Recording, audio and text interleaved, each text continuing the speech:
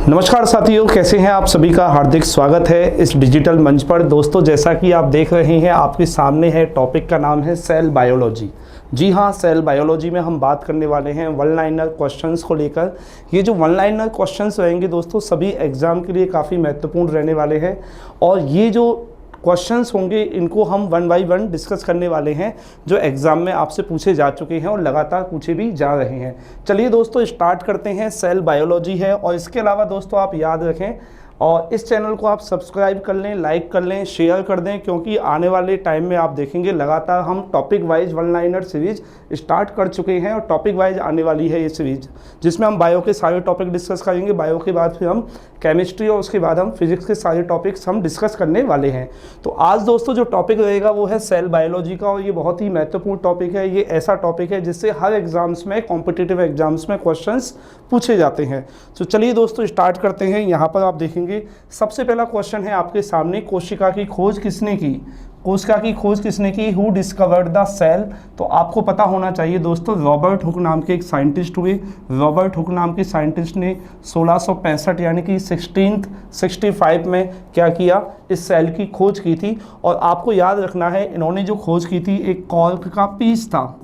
Cork piece था दोस्तों, cork का क्या था? एक पीस था, है ना, कॉर्क का एक टुकड़ा था। उसके अंदर इन्होंने क्या की? इसके अंदर इन्होंने खोज की। लेकिन ये कैसा था दोस्तों? ये डेड था।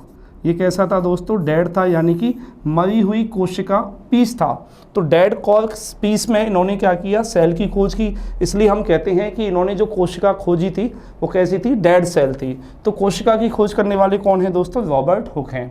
इसके अलावा देखिए दोस्तों, अगला क्वेश्चन है आपके सामने, लिविंग सेल की खोज किसने की? अगर आपसे क्वेश्चन पूछा जाए कि सेल की खोज की तो रॉबर्ट हुक। अगर यहाँ क्वेश्चन पूछ रहा है कि जीवित कोशिका की खोज किसने की दोस्तों, लिविंग सेल की खोज किसने की, तो आपका आंसर हो जाएगा ल्यूवेनहॉक। जी हाँ, ल्यूवेनहॉक नाम के साइंटिस्ट ने कोशिका की खोज की। और याद रखना दोस्तों, ल्यूवेनहॉक ने ही क्या किया? इन्होंने बैक्टीरिया को देखा। किसे देखा दोस्तों? बैक्टीरिया। और जीवित कोशिका यही बैक्टीरिया थी, याद रखें। तो क्वेश्चन कई बार ये भी पूछ लिया जाता है कि बैक्टीरिया यानी जीवाणु की खोज किसने की? अगर आपसे क्वेश्चन पूछा जाए बैक्टीरिया की खोज किसने की है, तब भी आपका आंसर दोस्तों क्या होगा? ल्यूवेनहॉक ही होगा। और इन्हीं ल्यूवेनहॉक को हम क्या कहते हैं? Father of bacteriology. इन्हीं को बोल दिया जाता है फादर ऑफ बैक्टीरियोलॉजी, यानी जीवाणु विज्ञान की जनक भी ल्यूवेनहॉक ही कहलाते हैं। अगला क्वेश्चन देखें दोस्तों, अगला जो क्वेश्चन है वो ये है कि सेल वॉल की खोज किसने की, यानी कोशिका भित्ति की खोज किसने की? तो देखिए दोस्तों, इसका आंसर भी क्या है? रॉबर्ट हुक है। अब आप सोचिए, आप कहेंगे सर आपने बोला कि सेल की खोज रॉबर्ट हुक ने की, लेकिन सेल वॉल, देखिए जो कॉर्क पीस इन्होंने लिया था ना, कॉर्क पीस, उस कॉर्क पीस में इन्होंने सेल वॉल को देखा था, कोशिका भित्ति को देखा था। जैसे मान लीजिए आप कहीं जाते हैं और किसी बिल्डिंग को देख रहे होते हैं, और जो बिल्डिंग को देख रहे हैं इसका मतलब आप उसकी वॉल यानी दीवार को देख रहे होंगे। ठीक वैसे ही इन्होंने कॉर्क पीस की वॉल को देखा। तो सेल वॉल की खोज भी किसने दी? किसे क्रेडिट जाएगा? तो आपका आंसर होगा दोस्तों रॉबर्ट हुक। अगला क्वेश्चन है दोस्तों आपके लिए, लार्जेस्ट सेल बतानी है आपको। जी हाँ, लार्जेस्ट सेल यानी सबसे बड़ी कोशिका। तो आपको पता होना चाहिए सबसे बड़ी कोशिका है शुतुरमुर्ग अंडे की कोशिका, जिसे हम कहते हैं egg of ostrich. Ostrich egg cell जो होती है वो सबसे बड़ी होती है। तो अगला क्वेश्चन देखें दोस्तों, अगला क्वेश्चन है कि सबसे छोटी सेल आपको बतानी है। सबसे छोटी कोशिका यानी कि सबसे छोटी या स्मॉलेस्ट सेल हमें बतानी है। तो सबसे छोटी या स्मॉलेस्ट सेल जो होती है वो दोस्तों कौन सी होती है? वो होती है माइकोप्लाज्मा। तो माइकोप्लाज्मा आपको आंसर देना है। माइकोप्लाज्मा क्या है? सबसे छोटी कोशिका यानी कि स्मॉलेस्ट सेल होती है। अगला क्वेश्चन दोस्तों आपके सामने है, लॉन्गेस्ट सेल बतानी है। लॉन्गेस्ट का मतलब है सबसे लंबी कोशिका आपको बतानी है। तो हमारा जो शरीर होता है, ह्यूमन बॉडी की अगर हम बात करें तो ह्यूमन बॉडी की जो नर्व सेल होती है, नर्व सेल जिसे हम कहते हैं तंत्रिका कोशिका, जो लगभग 1 मीटर तक होती है, जो लगभग कितनी हो सकती है दोस्तों? लगभग लंबाई में 1 मीटर तक हो सकती है। ये क्या है? लॉन्गेस्ट सेल है। चलिए अगला क्वेश्चन देखें। अगला क्वेश्चन है दोस्तों आपके लिए लार्जेस्ट सेल।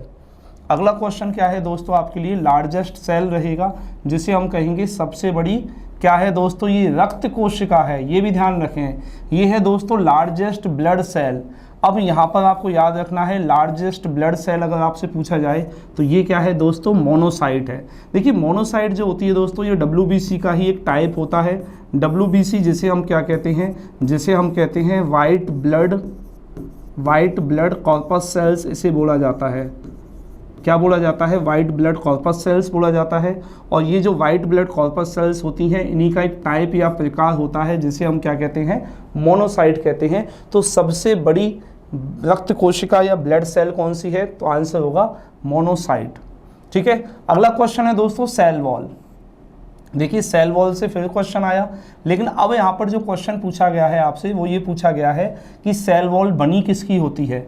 सेल वॉल बनी किसकी होती है? पहले आपसे क्वेश्चन पूछा गया था कि सेल वॉल की खोज किसने की है? रॉबर्ट हुक ने। तो अब क्वेश्चन पूछा गया है सेल वॉल बनी किसकी होती है? तो आपका आंसर हो जाएगा दोस्तों सेल्यूलोज की बनी होती है। सेल्यूलोज की बनी होती है। और सेल्यूलोज क्या होता है? एक पॉलीसेकेराइड होता है। क्या होता है दोस्तों? ये एक पॉलीसेकेराइड होता है। क्या है ये दोस्तों? एक पॉलीसेकेराइड होता है। ये आपको ध्यान रखना है। पॉलीसेकेराइड बोले तो ये क्या है? एक कार्बोहाइड्रेट होता है। कार्बोहाइड्रेट, कैसा कार्बोहाइड्रेट होता है? जटिल कार्बोहाइड्रेट होता है। इसकी बनी होती है क्या? सेल वॉल यानी कि कोशिका भित्ति। जैसे एक मकान होता है, उस मकान की जो दीवारें होती हैं, जो वॉल होती हैं, वो किसकी बनी होती हैं? सीमेंट, बजरी, ठीक है ना, ईंट, पत्थर, इससे बनी होती हैं। ठीक वैसे ही कोशिका भित्ति जो होती है। लेकिन यहाँ पर दोस्तों एक पॉइंट और आपको याद रखना है, ये है पादप कोशिका भित्ति। जी हाँ, पादप कोशिका भित्ति यानी कि प्लांट सेल वॉल।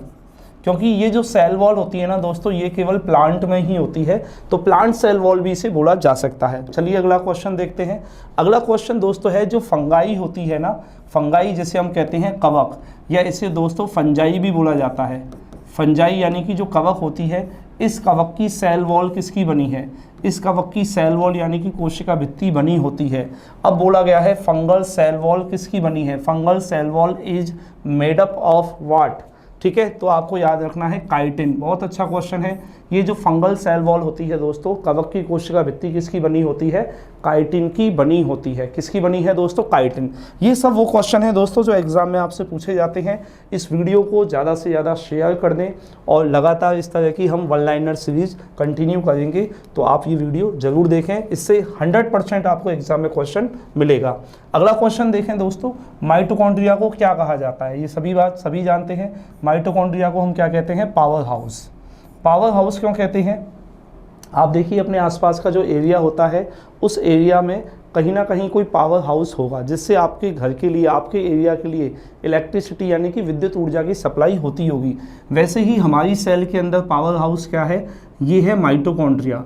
क्योंकि इस पावर हाउस के अंदर एटीपी की फॉर्म में किसका फॉर्मेशन होता है, किसका निर्माण होता है? बताइए। एटीपी की फॉर्म में, है ना, ऊर्जा का निर्माण होता है। ऊर्जा यानी किसकी फॉर्म में बन रही है? एटीपी। एटीपी को हम कहते हैं adenosine triphosphate. Adenosine triphosphate ATP को बोला जाता है और इसे एनर्जी करेंसी भी बोलते हैं। एनर्जी करेंसी का मतलब एटीपी से है। चलिए देखते हैं अगला क्वेश्चन। अगला क्वेश्चन है दोस्तों, राइबोसोम को क्या कहा जाता है? राइबोसोम को हम क्या कहते हैं? प्रोटीन फैक्ट्री कहते हैं। क्यों कहते हैं? क्योंकि प्रोटीन का क्या होता है यहाँ पर दोस्तों? यहाँ प्रोटीन का होता है संश्लेषण। संश्लेषण का मतलब होता है प्रोटीन बनता है। यहाँ पर प्रोटीन का क्या होता है? इसके अंदर सिंथेसिस होता है। प्रोटीन का संश्लेषण या सिंथेसिस या फॉर्मेशन होता है, इसलिए राइबोसोम को हम कहते हैं प्रोटीन फैक्ट्री। अगला क्वेश्चन है दोस्तों, डीएनए को कोशिका का क्या कहा जाता है? डीएनए को कोशिका का क्या कहते हैं, क्या बोलते हैं? तो ये कोशिका का जेनेटिक मटेरियल होता है। क्या होता है? ये कोशिका का जेनेटिक मटेरियल होता है, जिसे हम कहते हैं आनुवांशिक पदार्थ। क्या कहते हैं? आनुवांशिक पदार्थ कहते हैं। तो दोस्तों ये कहाँ पाया जाता है? ये पाया जाता है न्यूक्लियस के अंदर। न्यूक्लियस को हम कहते हैं केंद्रक कहते हैं। और केंद्रक किसके अंदर होता है? एक सेल। सेल बोले तो कोशिका के अंदर पाया जाता है। ये कोशिका का क्या है? जेनेटिक मटेरियल, यानी कि हमारे शरीर का आनुवांशिक पदार्थ क्या है दोस्तों? डीएनए है। चलिए अगला क्वेश्चन देखते हैं कि कोशिका का जो कंट्रोल होता है, the control centre of the cell. Control centre cell का किसे कहते हैं? न्यूक्लियस को कहते हैं, केंद्रक को कहते हैं। क्यों? क्योंकि इसी के अंदर क्या पाया जाता है? इसी के अंदर पाया जाता है जेनेटिक मटेरियल। ये जो जेनेटिक मटेरियल होता है, इसका नाम आप सभी जानते हैं। इसका नाम दोस्तों क्या है? डीएनए है। और इसलिए न्यूक्लियस को हम कोशिका का कंट्रोल सेंटर कहते हैं। अगला क्वेश्चन दोस्तों, राइबोसोम को क्या कहा जाता है? सॉरी, राइबोसोम नहीं है, लाइसोसोम है दोस्तों। राइबोसोम अलग होता है, लाइसोसोम अलग होता है। लाइसोसोम को हम कहते हैं suicidal bag. Suicidal bag of the cell, कोशिका की आत्मघाती थैली कहते हैं, आत्मघाती थैली कहते हैं। जैसे आपने सुना होगा कई बार, जैसे कश्मीर में या और भी कई क्षेत्रों में आत्मघाती हमले होते हैं, जहां पर कोई व्यक्ति अपने शरीर पर बम बांध लेता है और अपने आप को उड़ा लेता है, इसके साथ और भी कई लोगों की मौत हो जाती है। होता क्या है दोस्तों, जो लाइसोसोम होता है, इस लाइसोसोम के अंदर पाए जाते हैं हाइड्रोलाइटिक क्या पाए जाते हैं, डाइजेस्टिव एंजाइम्स पाए जाते हैं। ये जो हाइड्रोलाइटिक डाइजेस्टिव एंजाइम्स होते हैं, जल अपघटनी क्या होते हैं दोस्तों, जल अपघटनी एंजाइम्स होते हैं। ये जो जल अपघटनी एंजाइम्स होते हैं, कई बार ये एंजाइम्स क्या होते हैं, ये लाइसोसोम के साथ साथ पूरी सेल को ही पचा डालते हैं, या सेल के अंदर जो भी कोशिकांग होते हैं उनको ये पचा डालते हैं, डाइजेस्ट कर लेते हैं, जिससे क्या होता है, ये नष्ट हो जाता है। और इसके साथ ही हम इसे कहते हैं सुसाइडल बैग। गोल्जी तंत्र को क्या कहा जाता है, जो गोल्जी एपरेटस होता है दोस्तों, एपरेटस यानी कि तंत्र, इसे हम क्या कहते हैं, इसे post office of the cell, कोशिका का डाकघर किसे कहा जाएगा दोस्तों, तो आपको याद रखना है गोल्जी एपरेटस यानी गोल्जी काय को हम कहते हैं। और कैमिलो गोल्जी नाम के एक साइंटिस्ट हुए, इन्होंने इसकी खोज की थी। क्वेश्चन है दोस्तों, पौधे की कोशिका में ऊर्जा, जो प्लांट सेल होती है ना दोस्तों, जो प्लांट सेल होती है, प्लांट सेल के अंदर एनर्जी जो होती है ना, एनर्जी का स्टोरेज कहाँ होता है। क्वेश्चन ये है, प्लांट सेल के अंदर एनर्जी का स्टोरेज होता है क्लोरोप्लास्ट के अंदर। किसके अंदर होता है दोस्तों, क्लोरोप्लास्ट के अंदर होता है। और इस क्लोरोप्लास्ट को ही हम क्या कहते हैं, इसी को हम कहते हैं हरित लवक, इसे हम कहते हैं हरित लवक कहते हैं। और आपको पता होना चाहिए इसमें क्या होता है, इसमें जो सोलर एनर्जी होती है, ये सोलर एनर्जी जो होती है दोस्तों, ये कन्वर्ट हो जाती है किसके फॉर्म में, ये केमिकल एनर्जी की फॉर्म में क्या होती है, स्टोर हो जाती है। केमिकल एनर्जी यानी कि रासायनिक ऊर्जा जिसे हम कहते हैं, रासायनिक ऊर्जा। और इसमें एक प्रोसेस है जिस प्रोसेस का नाम होता है फोटोसिंथेसिस। तो फोटोसिंथेसिस के दौरान क्या होता है, ये जो सोलर एनर्जी होती है वो केमिकल एनर्जी की फॉर्म में कन्वर्ट होकर के स्टोर होती है। ठीक है, अगला क्वेश्चन है दोस्तों कि क्लोरोप्लास्ट में कौन सा पिगमेंट का मतलब होता है जो कलर देने वाला होता है। तो क्लोरोप्लास्ट में कौन सा pigment, which pigment is found in chloroplast. देखिए ये क्लोरोप्लास्ट नहीं होगा दोस्तों, यहाँ थोड़ा सा करेक्शन है ना, which pigment is found in the plant leaf कर लेते हैं इसे। जो प्लांट लीफ होती है ना दोस्तों, पौधे की पत्तियाँ, ठीक है ना, पौधे की जो पत्तियाँ होती हैं, प्लांट लीफ जो होती हैं, ठीक है, प्लांट लीफ जो होती है दोस्तों, उसके अंदर क्या होता है, एक पिगमेंट होता है, जिसकी वजह से प्लांट लीफ जो होती हैं वो कैसे कलर की होती हैं, ग्रीन कलर की होती हैं। ग्रीन कलर की क्यों होती हैं, इसका कारण है कि उनमें एक पिगमेंट पाया जाता है, और इस पिगमेंट को दोस्तों हम क्या कहते हैं, क्लोरोफिल कहते हैं। क्या कहते हैं दोस्तों, क्लोरोफिल कहते हैं, ये हमें ध्यान रखना है। अगला पॉइंट देखिए दोस्तों, अगला पॉइंट क्या है, मानव शरीर की सबसे बड़ी कोशिका। अब आपसे क्वेश्चन पूछा गया है कि ह्यूमन बॉडी जो होती है ना, उस ह्यूमन बॉडी की लार्जेस्ट सेल कौन सी है।